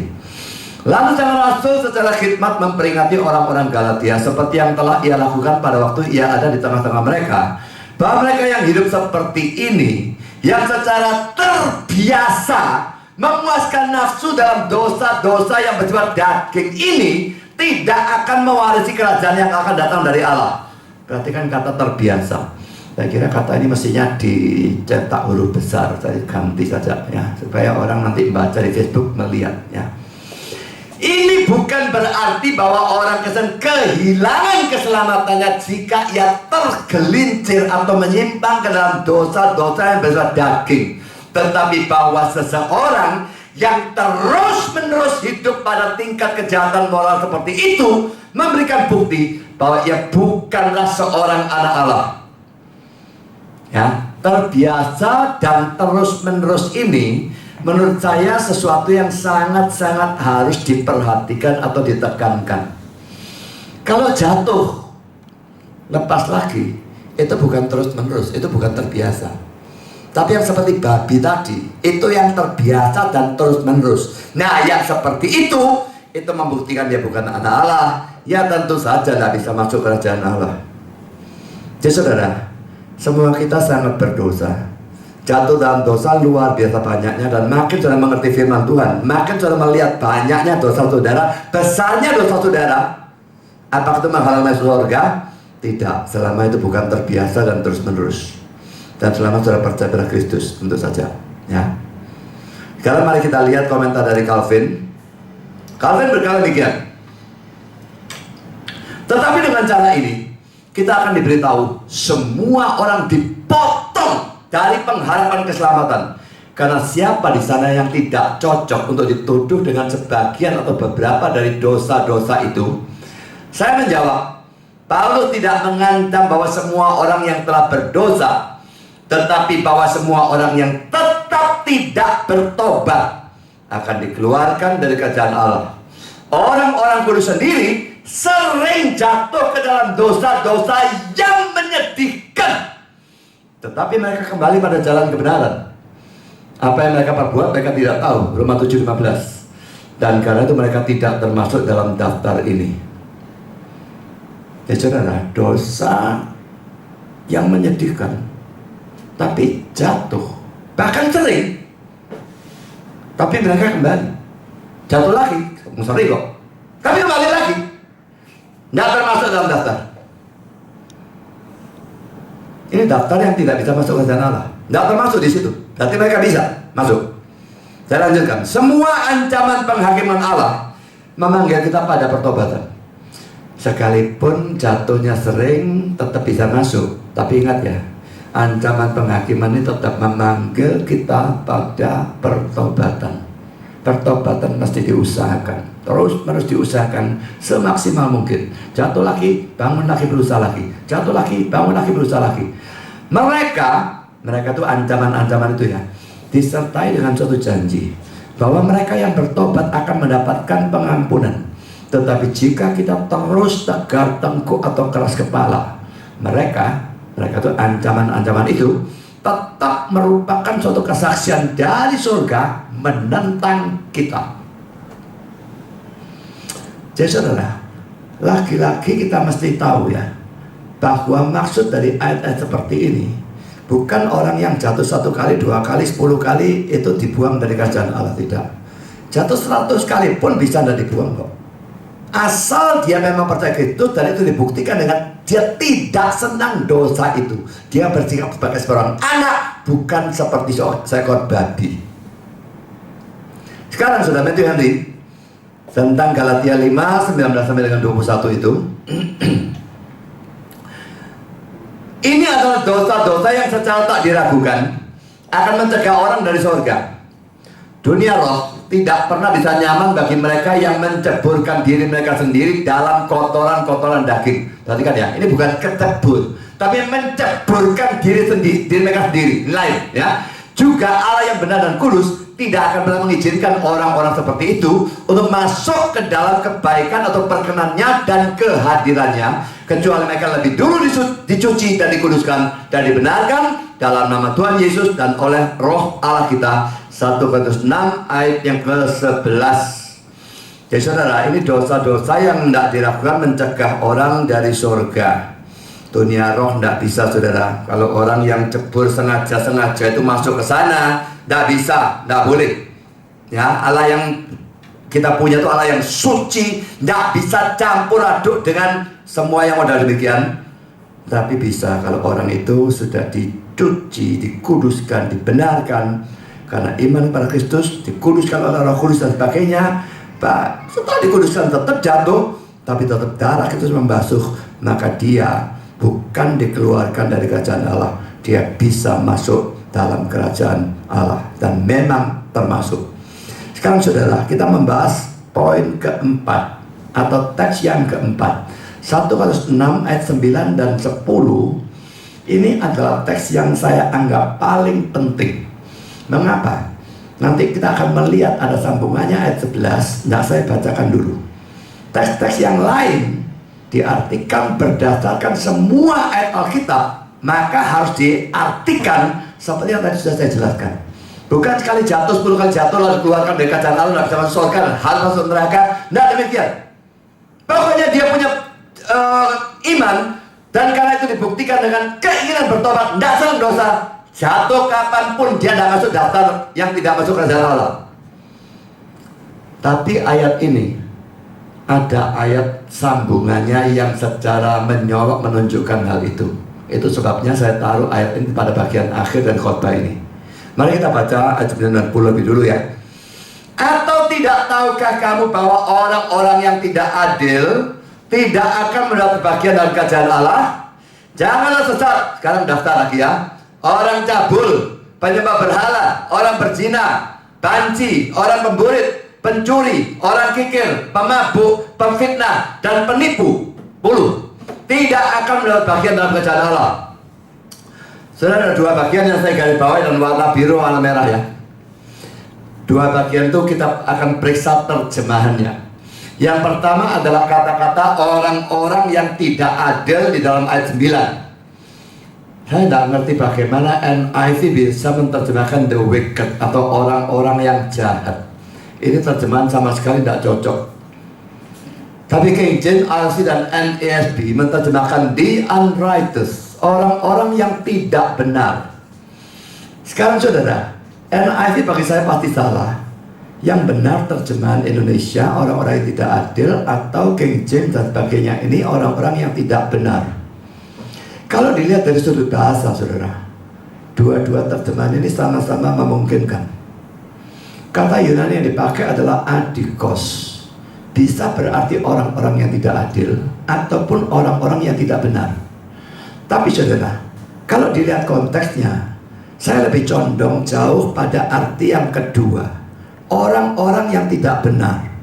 Dan orang-orang yang tidak benar ini menunjuk pada orang-orang yang tidak atau belum dibenarkan oleh iman kepada Kristus. Jadi kalau kita kembali pada ayatnya ya, tidak tahukah kamu bahwa orang-orang yang tidak benar, yang belum beriman, yang belum dibenarkan oleh iman pada Kristus, tidak akan mendapat bagian dalam kerajaan Allah. Setelah itu, orang-orang yang tidak benar itu diperinci dengan contoh-contoh di orang cabul, penyembah berhala, berzina, banci, dan sebagainya. Jadi ini menggambarkan orang yang belum percaya, belum punya iman, tidak dibenarkan, belum dibenarkan oleh Kristus. Justification belum mereka terima. Jadi pada saat seseorang percaya dalam pengadilan Allah, Allah memutuskan orang ini sekarang pindah status. Tadi orang berdosa, dia percaya Kristus. Sekarang aku nyatakan dia orang benar, righteous ya, the righteous ya. Ini menjadi orang benar karena vonis yang Tuhan berikan, iman orang benar. Nah, yang belum mengalami ini orang-orang tidak benar. Ini orang-orang yang tidak percaya. Jadi terjemahan orang yang tidak adil rasanya jadi aneh. Kalau diartikan gimana? Kayak karu-karuan ayatnya. Ya, menurut saya terjemahan yang benar adalah orang-orang yang tidak benar. Sekarang saudara, bagian kedua yang saya garis bawahi dan warna biru ini, ayat 9 bagian akhir, banci, orang pemburit. 2 kata di dalam terjemahan kita ya. Dalam terjemahan King James juga digunakan 2. Yang pertama effeminate, orang-orang yang seperti perempuan, yang keperempuan-perempuanan gitu ya, lenggak-lenggok pada laki gitu ya. Kata yang kedua, abusers of themselves with mankind, orang yang menyalahgunakan diri mereka sendiri dengan umat manusia. Nah, yang aneh adalah terjemahan dari RSD, dia cuma menggunakan 1 golongan, sexual pervert. Pervert itu menyimpang ya, orang-orang yang menyimpang dalam hal seks. Ya arahnya pasti homoseks, lesbian, tapi juga sebetulnya kayak bestiality dengan binatang dan sebagainya. Itu ada yang dengan mayat dan penyimpangan seks itu banyak tuh ya. Pokoknya dia kalau dibandingkan dengan terjemahan-terjemahan yang lain, kelihatannya mengarah pada homoseks, lesbian, homoseks dan sebagainya. NIV, kata yang pertama male prostitutes, pelacur-pelacur laki-laki. Kata yang kedua homosexual offenders, pelanggar-pelanggar homoseks. NASB, kata yang pertama seperti King James, effeminate, orang-orang yang seperti perempuan. Kata yang kedua homosexuals, orang-orang yang homoseks. Saudara, saya sudah pernah katakan ya, orang yang terlahir sebagai homoseks itu tidak bisa disalahkan. Yang disalahkan adalah pada saat dia menuruti kecenderungan homoseksnya, lalu melakukan hubungan seks dengan sesama jenis kelamin. Kalau orang bilang, loh, dia lahirnya memang gitu ya, tidak salah sih nuruti nature-nya kok. Maka saya akan jawab, orang yang lahir sebagai hypersex itu seksnya kelebih-lebihan nafsunya. Lalu dia nuruti nature-nya, berzina dengan A, berzina dengan B, berzina C, seadanya orang ada berzina, dia tidak dosa? Sudah pasti dosa kan? Padahal itu nature-nya dia. Saya tidak peduli dengan nature-nya, saya peduli dengan larangan Tuhan. Pada waktu Tuhan melarang, dia langgar. Tidak peduli nature-nya dia bagaimana, dia dosa. Orang homoseks lahir sebagai homoseks, laki kepingin laki, perempuan kepingin dengan perempuan, itu nature-nya. Tidak peduli, kitab suci melarang itu, titik. Dan karena kalau dia turuti, itu dosa. Bisa kalau homoseks masuk surga? Dia percaya Kristus, dia masuk surga.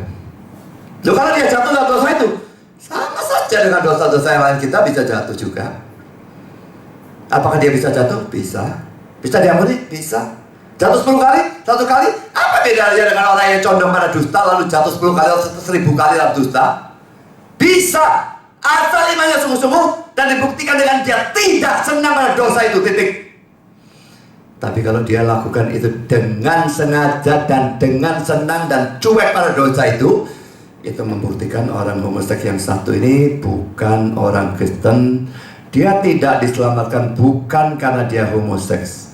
Dia tidak diselamatkan karena dia tidak punya juru selamat.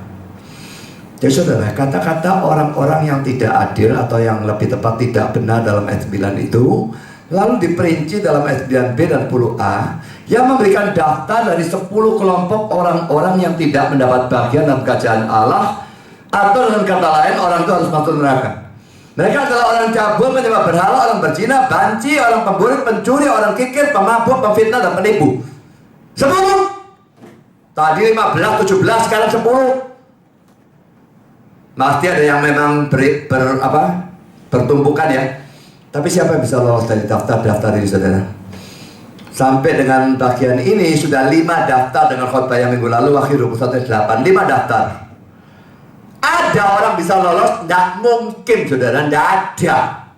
Jadi apakah kita semua harusnya masuk neraka?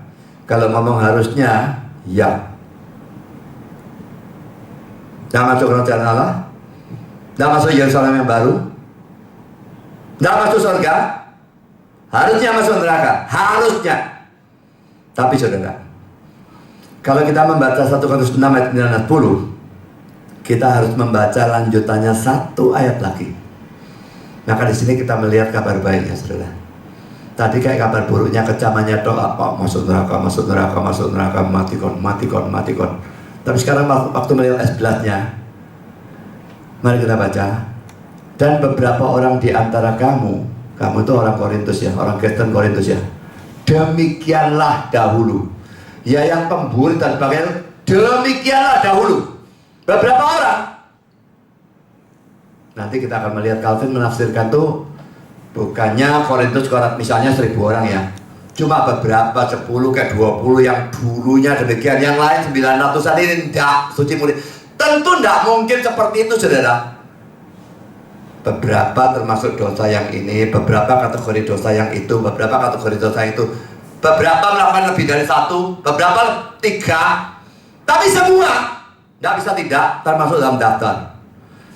Jadi saudara, orang Korintus, Kristen Korintus dulu lakukan dosa-dosa itu. Menurut saya semua mereka. Tapi Paulus lanjutkan, tetapi kamu telah memberi dirimu disucikan, kamu telah dikuduskan, kamu telah dibenarkan dalam nama Tuhan Yesus Kristus dan dalam roh Allah kita. Ini kabar baiknya saudara. Mereka berdosa, harusnya masuk neraka? Ya. Dan dulu kamu seperti itu, dulu kamu lakukan, kamu masuk neraka harusnya. Tetapi kamu telah memberi dirimu disucikan, telah dikuduskan, telah dibenarkan dalam nama Tuhan Yesus Kristus dan dalam roh Allah kita. Jadi apakah realitanya, faktanya mereka masuk neraka, mereka tidak masuk kerajaan Allah? Tentu saja tidak. Jadi kalau baca 1 Korintus 6 ayat 9 dan 10, harus baca ayat 11-nya, itu kabar baiknya. Saya berikan contoh yang lain saudara. Ayat itu kalau dibaca sepotong lalu belakangnya tidak dibaca bisa memberikan kabar buruk saudara. Roma 6 ayat 23a, kalau dibaca A-nya tok, B-nya tidak, ini kabar buruk saudara. Sebab upah dosa ialah maut. Mandek sampai di sana sudah tinggal pulang, mati kon. Upah dosa maut. Ya maut, aku dosa kok. Tapi baca belakangnya, tetapi karunia Allah ialah hidup yang kekal dalam Kristus Yesus Tuhan kita. Upahnya normalnya yang maut, tapi Allah mau kasih karunia hidup yang kekal dalam Kristus Yesus. Jadi sekalipun kamu berdosa dan seharusnya upah yang maut, tapi kamu percaya Kristus, kamu dapat karunia, anugerah hidup yang kekal. Ini kabar baiknya. Jadi kalau dengarkan khotbah ini, pengkhotbahnya baru khotbah bagian A, saya tinggal pulang, saya tidak dapat kabar baiknya, cuma dapat kabar buruknya. Contoh yang lain lagi saudara. Kalau saudara membaca Roma 7 ayat 24, harus juga baca Roma 7 ayat 25. Mari kita lihat ya. Roma 7, 24, 25. Aku manusia celaka, siapakah yang akan melepaskan aku dari tubuh maut ini? Pertanyaan ini kalau dilihat konteksnya jelas, jawabannya tidak ada sebetulnya, kecuali satu belakangan ini. Ayat 25. Syukur kepada Allah oleh Yesus Kristus Tuhan kita. Kalau dilihat ayat 24, Paulusnya kayak putus asa. Aduh matiamu, siapa yang melepaskan aku? Tapi ayat 25 yang memberikan Injilnya, memberikan kabar sukacitanya. Syukur kepada Allah oleh Yesus Kristus Tuhan kita. Saudara, kitab suci mengecam, mengancam dosa, neraka, tidak bisa masuk kerajaan Allah, tidak bisa masuk Yesus baru, tidak bisa masuk surga, masuk neraka, lautan api dan sebagainya. Kecaman, ancaman. Tapi tahu-tahu ada kabar baiknya. Percaya Kristus yang mati di salib untuk dosamu, semua dosamu disucikan. Kamu yang seharusnya tidak layak masuk kerajaan Allah, kamu masuk kerajaan Allah. Kamu yang seharusnya masuk neraka, kamu masuk surga. Itulah Injil dan itulah Kristen. Saudara, mari kita baca sekarang komentar-komentar tentang 1 Korintus 6 ayat 9 sampai 11 ini ya, di bawah ini. Albert Barnes berkata demikian. Kerajaan Allah tidak bisa diselamatkan, tidak bisa masuk surga. Ini bisa menunjuk atau pada kerajaan Allah di surga atau pada gereja di bumi. Jadi istilah kerajaan Allah bisa diartikan dua ya, menunjuk pada kerajaan Allah di surga atau surganya sendiri, atau pada gereja di bumi. Lebih mungkin yang terdahulu. Jadi menurut dia lebih mungkin menunjuk pada surga. Tapi secara hakiki artinya adalah sama. Yang manapun yang dimaksudkan. Orang yang tidak cocok untuk masuk ke dalam yang satu juga tidak cocok untuk masuk ke dalam yang lain.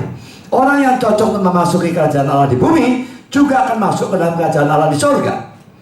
Jadi saudara, mau diartikan yang manapun pada akhirnya artinya sama saudara ya. Tidak masuk kerajaan Allah. Kerajaan Allah itu mau diartikan gereja dalam pemikiran Allah ya. Orang yang betul-betul percaya, ya sama, dia tidak bisa masuk surga. Mau diartikan surga, ya tidak masuk surga. Jadi artinya akhirnya jadi sama. Mau diambil yang manapun arti akhirnya sama. Sekarang Adam Clarke juga mengatakan hal yang kurang lebih sama. Di sana ada 10 kelompok pelanggar-pelanggar yang sang rasul keluarkan dari kerajaan Allah. Apakah itu menyatakan gereja Kristus di sini di bawah atau keadaan kemuliaan yang akan datang? Dua arti. Jadi ambil yang mana tidak terlalu jadi masalah. Sekarang kata-kata Adam Clarke lagi saudara. Kamu yang dikuduskan, dalam bahasa Yunani hekiastetik. Ini bukan kata dasarnya. Kata dasarnya menggunakan huruf alfa sebagai awalannya. Dari A, alfa yang berarti tidak. Jadi dalam bahasa Yunani kalau dikasih awalan A itu seringkali memang berarti tidak. Misalnya teis ditambahi A, ateis, ya, menjadi tidak percaya Allah, gitu ya. Jadi itu contohnya. Jadi A, alfa yang berarti tidak, dan G, kata Yunani G itu berarti bumi. Bumi tidak mau bumi, gitu ya. Kira-kira seperti itu ya. Dia lanjutkan, kamu dipisahkan dari hal-hal duniawi untuk dihubungkan dengan yang rohani. Perhatikan kata-kata ini ya. Saya ingin bicara sedikit tentang ini. Dipisahkan dari hal-hal duniawi itu bisa, tapi tidak dihubungkan dengan yang rohani. Ini tidak ada gunanya, saudara. Misalnya sudah jadi pertapa, cari gunung tinggi, cari gua sendirian, pertapa, menjauh duniawi lah. Tidak mau duit, tidak mau perempuan, tidak mau kemewahan, tidak mau apa. Bertapa terus di gua berpuluh-puluh tahun, tapi tidak dihubungkan dengan yang rohani. Gunanya apa, saudara? Tidak ada gunanya babak belas. Jadi kalau kita dipisahkan dari hal duniawi, itu mesti bertujuan dihubungkan dengan yang rohani. Dan kita tidak akan pernah berhubungan dengan Allah kecuali melalui Kristus. Kamu dipisahkan dari waktu untuk dihubungkan dengan kekekalan. Kamu dipisahkan dari berhala-berhala untuk digabungkan atau disatukan dengan Allah yang hidup. Pemisahan dari penggunaan biasa, duniawi atau berdosa untuk sepenuhnya digunakan dalam pelayanan dari Allah yang benar.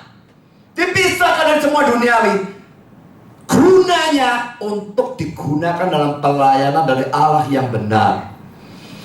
Merupakan arti yang ideal dari kata ini, baik dalam PL dan PB.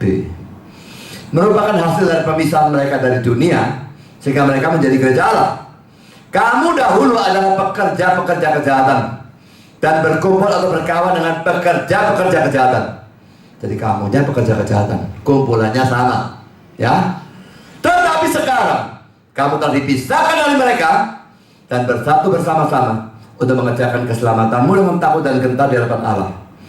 So, hati-hati dengan kata-kata sekarang telah dipisahkan dari mereka. Mereka itu pekerja kejahatan. Ini bukan pemisahan yang sok suci begitu ya. Dan saya tidak bilang bahwa orang Kristen tidak boleh kumpul dengan orang yang berdosa. Kalau tidak boleh kumpul sama sekali, yang injili mereka siapa, saudara? Mesti tetap kumpul, tapi harus ada tujuan untuk menginjil. Bukan sekedar kumpul dengan kafir hanya senang-senangan. Karena kalau itu saja, tidak ada gunanya kumpul seperti itu, bahkan bisa negatif. Saudara yang ketularan kafiran mereka. Seharusnya kita menggaram, kita menerangi, tapi kalau kita yang jadi garamnya ini jadi tawar gara-gara kumpul dengan mereka, itu jelas salah.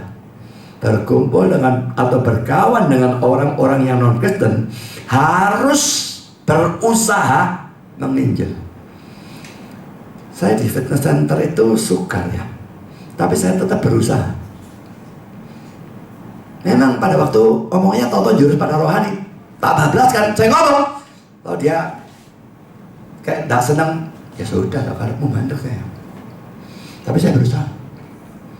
Sikonnya agak tak cocok fitness center dengan Injil, tapi tetap kadang-kadang bisa, kadang-kadang saya debat, kadang-kadang saya berusaha jelaskan dan sebagainya. Ada orang-orang yang mau dengar, ya sudah saya gunakan. Tapi enggak fitnessnya kalau perlu. Pokoknya ada kesempatan Injil, saya Injil. Dan itu dimanapun saudara. Kumpul, jangan asal kumpul. Kalau saudara kumpul dan tidak nginjil, dalam tidak nginjil saudara sudah berdosa. Dan kumpul yang seperti itu jauh lebih besar kemungkinan saudara ketularan kejahatan mereka daripada saudara nulari mereka dengan iman saudara dan kesalahan saudara. Jadi dipisahkan itu dalam arti sekarang mereka bukan lagi pekerja kejahatan. Mereka bersatu bersama-sama mengerjakan keselamatan dengan takut dan gentar di hadapan Allah. Sekarang saya berikan lagi komentar dari Adam Clark. Kamu telah dibenarkan, kata Yunania edikaiotete. Kamu telah dibawa ke dalam suatu keadaan disetujui atau disukai Allah. Dosa-dosamu telah dihapuskan melalui Kristus Yesus. Saudara, tidak ada jalan lain. Seandainya ada jalan lain, ya konyol dia memberikan jalan itu. Buat apa dia datang dan mati kalau memang ada jalan yang lain? Dia datang dan mati karena dia tahu tidak ada jalan lain.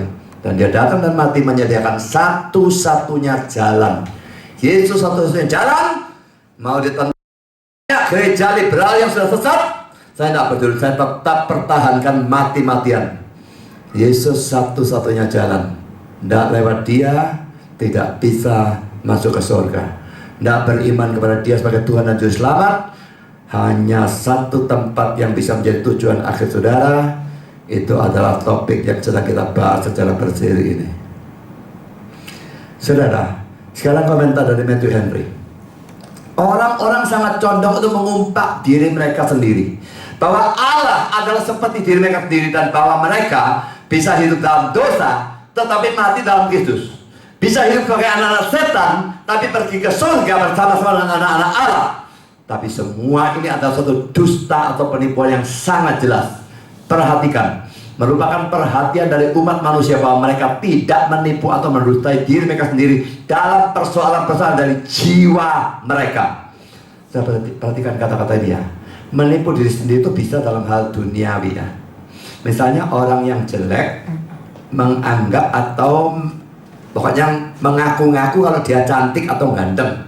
Orang yang bodoh mengaku-ngaku dia pinter. Orang yang tidak terpelajar mengaku dia PhD dan sebagainya. Itu banyak bisa. Itu sudah bodoh dan tidak ada gunanya.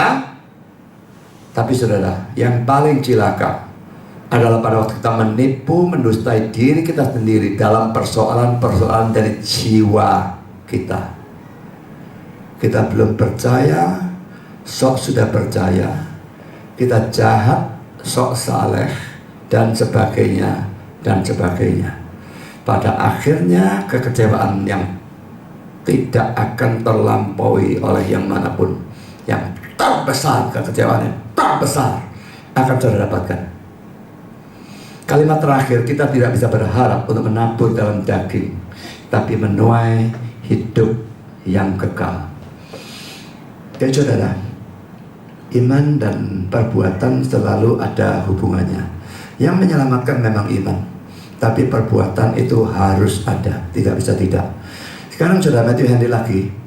Perhatikan, tak seorang pun dibersihkan dari kesalahan, dari dosa, dan diperdamaikan dengan Allah melalui Kristus, kecuali mereka yang juga dikuduskan oleh Roh-Nya.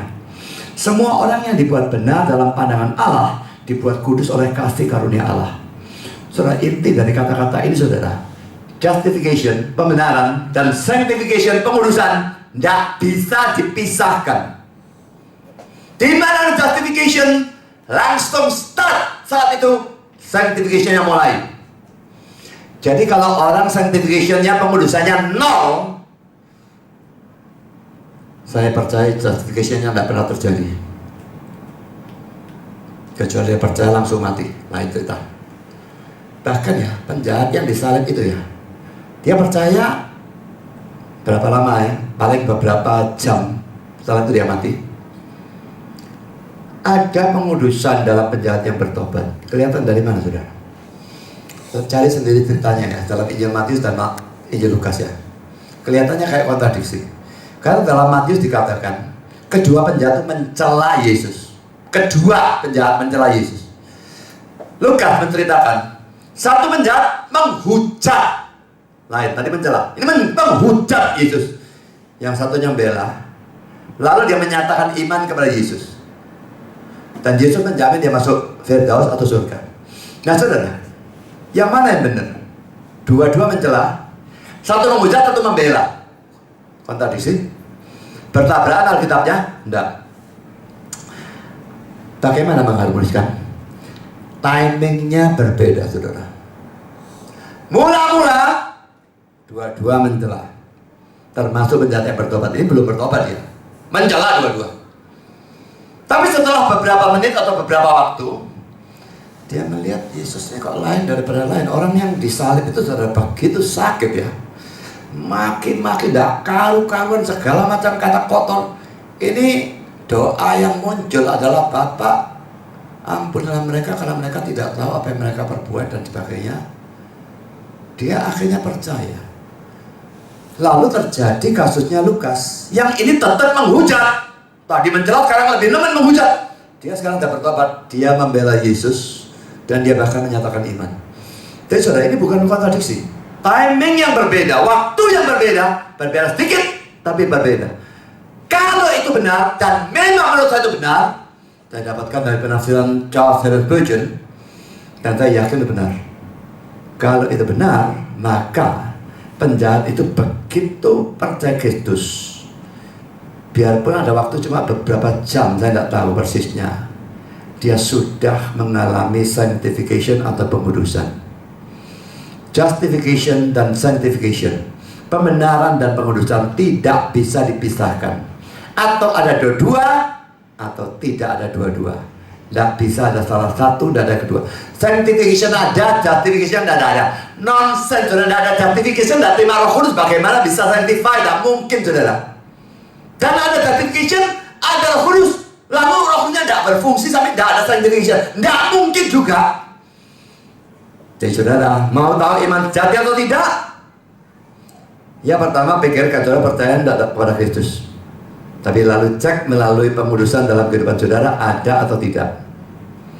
Sekarang komentar Calvin. Jadi saya berganti-ganti penafsir saudara ya. Tadi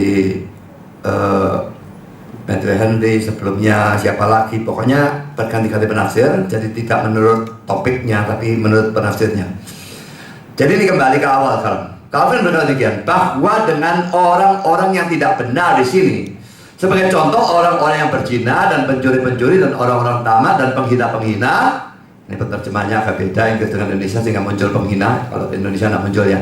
Ia memaksudkan mereka yang tidak bertobat dari dosa-dosa mereka, tetapi secara keras kepala berkeras di dalam dosa-dosa itu, adalah terlalu jelas untuk menuntut bahwa hal itu harus dinyatakan. Memang betulnya sudah melihat seluruh Alkitab, betulnya kelihatan. Tidak mungkin dihatikan dosa itu 1 kali atau 10 kali masuk neraka, tidak bisa. Tapi dalam ayat ini ditambahi ayat 11 lebih lagi menunjukkan hal itu. Sekarang komentar Calvin lagi. Sang Rasul sendiri juga belakangan menyatakan hal ini dalam kata-kata yang ia gunakan. Pada waktu ia mengatakan bahwa orang-orang Korintus dulunya adalah seperti itu. Ayat 11. Jadi orang-orang jahat memang mewarisi kerajaan Allah. Tetapi hanya dalam kasus mereka dipertobatkan lebih dulu kepada Tuhan dalam pertobatan yang sejati, dan dengan cara ini telah berhenti menjadi jahat. Karena sekalipun pertobatan, maksudnya pertobatan dari dosa, bukanlah dasar dari pengampunan, tetapi kita tahu bahwa tidak seorang pun yang diperdamaikan dengan Allah kecuali mereka yang bertobat. Ya sudah, pertobatan itu seringkali bisa diartikan dua ya. Kadang-kadang pertobatan itu diartikan percaya pada Kristus. Aku bertobat, maksudnya aku percaya Kristus. Kalau itu dasar pengampunan, dasar dari pengampunan. Tapi kalau pertobatan dari dosa, dulu mencuri, karena mandek, tak mau mencuri lagi, ini bukan dasar dari pengampunan. Ini bukti. Iman itu yang menyebabkan diampuni. Buktinya ada perubahan, ada pertobatan dari dosa. Kalau ini tidak ada sama sekali, berarti itu yang omong kosong. Sekarang komentar terakhir dari Calvin. Dan begitulah kamu dulu. Karena itu, arti yang sederhana adalah ini, bahwa sebelum mereka dilahirkan oleh kasih karunia, sebagian atau beberapa dari orang-orang Korintus adalah orang-orang yang tamak, yang lain orang-orang yang berzina, yang lain perampok-perampok, yang lain orang-orang yang seperti perempuan, yang lain penghina-penghina. Tapi sekarang, setelah dibebaskan oleh Kristus, mereka tidak lagi seperti itu. Saudara, saya sudah berikan dari khotbah yang lalu sampai sekarang 5 daftar. Yang pertama daftar orang masuk neraka, lalu daftar orang yang tidak masuk Yerusalem yang baru, lalu 3 daftar orang yang tidak masuk kerajaan Allah. Sebetulnya sama semua. Itu adalah daftar orang yang tidak masuk surga atau daftar orang yang masuk neraka. Tidak ada orang yang bisa lolos sebetulnya. Saudara dan saya tidak terkecuali. Semua orang tanpa kecuali seharusnya masuk neraka. Tapi puji Tuhan saudara, dalam Kristen ada kabar baik. Allah menjadi manusia dalam diri Yesus, mati di salib memikul hukuman dosa kita. Pada saat kita beriman, kita dibenarkan. Kita menerima Roh Kudus yang memuduskan, menyucikan kita, dan itu semua menyebabkan kita yang seharusnya masuk neraka tidak bisa masuk kerajaan Allah, sekarang bisa masuk kerajaan Allah, bahkan pasti masuk ke surga. Sudahkah saudara percaya? Sudahkah saudara buktikan itu dengan pengudusan? Tuhan memberkati saudara. Amin.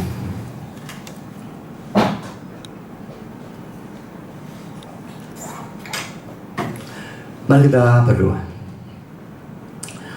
Bapa di surga, terima kasih Engkau telah pimpin serta berkati sepanjang acara firman. Kami sudah belajar tentang neraka, daftar orang-orang yang seharusnya masuk ke sana, dan kami sadar sebetulnya kami termasuk. Seharusnya kami masuk neraka. Kami bersyukur Engkau begitu penuh dengan kasih karunia kepada kami yang tidak berlayak. Dan Bapa, Engkau merelakan anak-Mu menjadi manusia, menderita mati di atas kayu salib, supaya kami yang beriman, iman itu pun Engkau anugerahkan, dibenarkan, dan menerima Roh Kudus yang menguduskan kami, yang menyebabkan kami yang seharusnya masuk neraka sekarang bukan hanya bisa, tetapi pasti masuk ke surga. Siapapun di antara kami yang belum percaya, tolong untuk mereka percaya sungguh-sungguh.